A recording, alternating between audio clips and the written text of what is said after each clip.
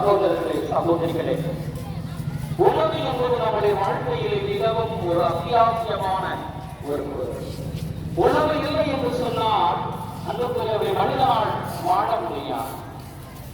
ஆகையினால் தான் ஆண்டவர் இந்த சொற்களை குறிப்பிடுகிறார், உணவு நானே. ஆக அந்த உணவுக்காக, அழிந்து போகின்ற உணவுக்காக நாம் உழைக்க வேண்டாம், மாறாக வாழ்வு தருகின்ற உணவுக்காக நாம் உழைக்கும் என்பதை ஆண்டவர் சுட்டிக்காட்டுகின்றார். ஆக அந்த உணவுதான் அந்த உணவுதான் அவருடைய உடல், அந்த உணவுதான் அவருடைய ரத்தம், கல்லால் மழையிலே சிந்தப்பட்ட அந்த ரத்தம்.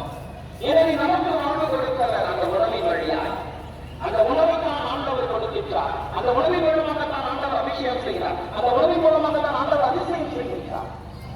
எனவே அந்த உணவை நாம் பெறுவதற்கு நாம் தயார் நிலையில் இருப்போம். நம்மை நாமே முழுமையாக அர்ப்பணிப்போம். நம்மை நாமே ஆண்டவரிடத்திலே ஒப்புக்கொடுப்போம். ஆமென்.